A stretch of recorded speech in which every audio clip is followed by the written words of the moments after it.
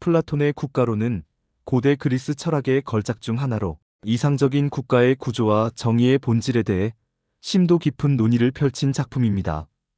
국가론은 플라톤의 스승인 소크라테스가 주인공이 되어 다양한 등장인물들과 함께 정의와 정치의 본질, 인간의 도덕적 성취를 위한 국가의 역할을 탐구합니다. 이 작품은 정치 철학뿐만 아니라 윤리학, 교육학, 심리학, 형이상학, 사회학 등 여러 분야를 포괄하는 중요한 이론적 기반을 제공합니다. 국가론의 주요 주제는 정의와 이상적인 국가의 모델을 제시하는 것입니다. 플라톤은 정의란 무엇인가? 라는 근본적인 질문에서 출발하여 정의가 구현될 수 있는 이상적인 사회 구조를 탐구합니다. 이를 통해 그는 인간 사회에서 정의가 어떻게 실현될 수 있는지, 개인과 국가의 관계가 어떻게 설정되어야 하는지, 그리고 인간의 삶에서 가장 중요한 가치가 무엇인지를 설명합니다. 잠깐 여기서 좋아요, 구독, 댓글 부탁드려요. 국가론은 정의의 본질에 대한 논의로 시작합니다. 소크라테스와 그의 대화자들은 정의가 무엇인지에 대해 토론을 벌입니다. 대화자들은 정의를 여러 방식으로 정의하려 시도하지만 소크라테스는 이들이 제시하는 정의들이 결점이 있음을 지적합니다.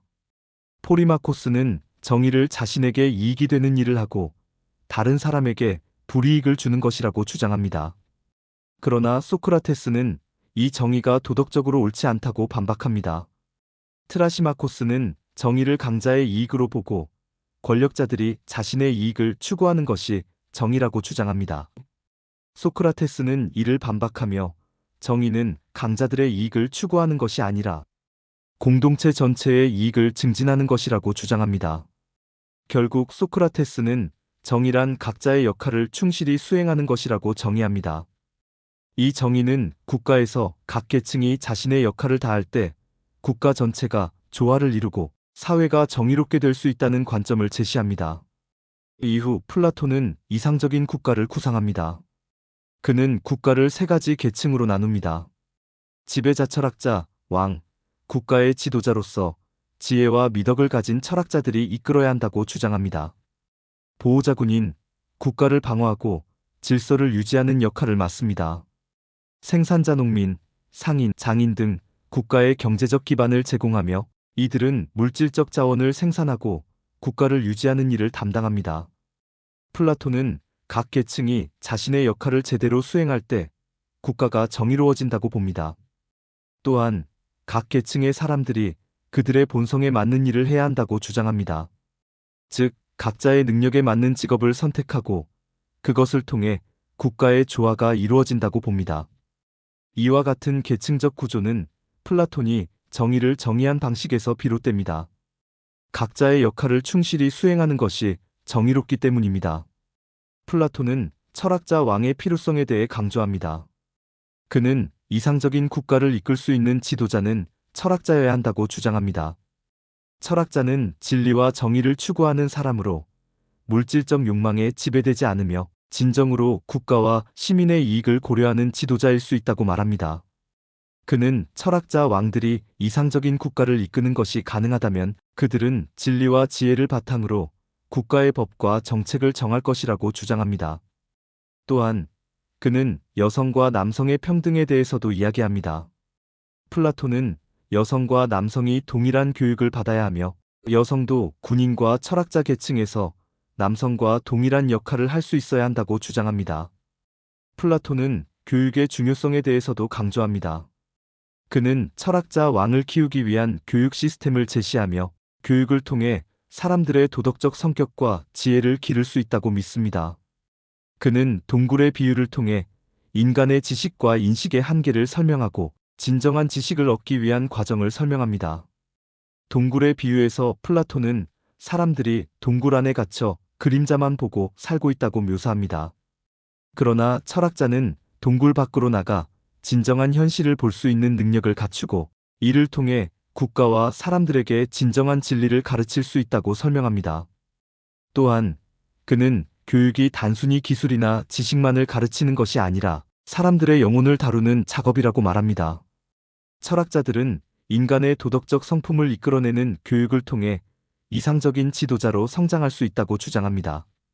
국가론 후반부에서는 이상적인 국가가 어떻게 부패할 수 있는지, 그리고 그런 부패가 어떻게 발생하는지에 대한 논의가 이어집니다. 플라톤은 정치적 제도의 부패에 대해 설명하며 각 국가가 어떻게 타락할 수 있는지에 대해 설명합니다. 귀족정은 시간이 흐르면서 과두정으로 변질됩니다. 과두정은 민주정으로 변할 수 있으며 민주정은 결국 독재정으로 변할 수 있습니다. 플라톤은 각 정치 체제가 부패하는 과정을 설명하면서 정의가 지배하는 사회가 어떻게 이를 방지할 수 있는지를 묘사합니다. 그는 정의로운 사람이 사회 내에서 어떻게 이상적인 삶을 살 수 있는지를 설명하며 인간의 영혼이 올바르게 정렬될 때 개인은 내적으로도 정의롭고 행복한 삶을 살 수 있다고 강조합니다.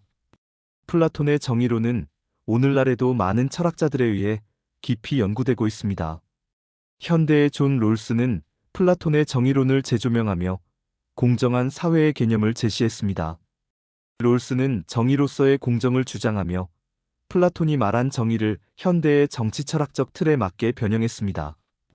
그는 차별적 원칙을 통해 사회적 불평등이 어떻게 합리적으로 정당화될 수 있는지에 대해 설명하며 이를 통해 플라톤의 정의 개념을 현대적인 맥락에서 재구성했습니다. 또한 로버트 노직은 롤스의 이론에 반대하며 플라톤의 이상적인 국가가 너무 강력한 국가 권력을 요구한다고 주장합니다. 그는 개인의 자유와 재산권을 강조하며 개인이 자율적으로 정의를 실현할 수 있어야 한다고 주장합니다. 이는 플라톤의 철학자 왕의 개념과는 상반된 입장을 나타냅니다.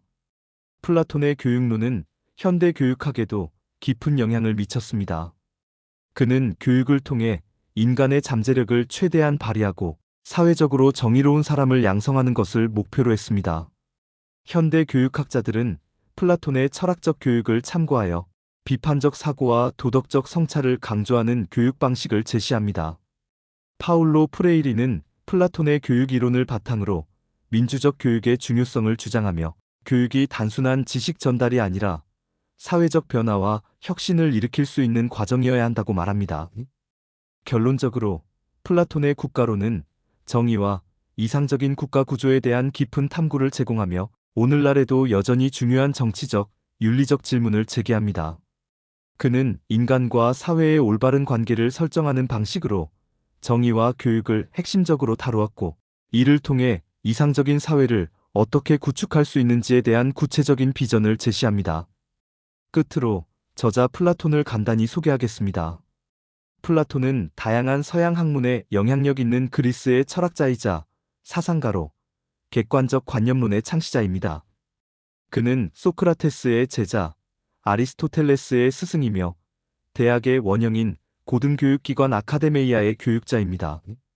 플라톤은 아카데메이아에서 폭넓은 주제를 강의하였으며 특히 정치학, 윤리학, 형이상학, 인식론 등 많은 철학적 논점에 관해 저술하였습니다. 그가 이성 우위의 전통을 가진 서양 철학에 미친 영향은 더할 수 없이 큽니다. 영국 철학자인 화이트헤드는 서양의 2000년 철학은 모두 플라톤의 각주에 불과하다라고 말했으며 시인 에머스는 철학은 플라톤이고 플라톤은 철학이다라고 평하였습니다. 감사합니다. 좋아요, 구독, 댓글 부탁드려요.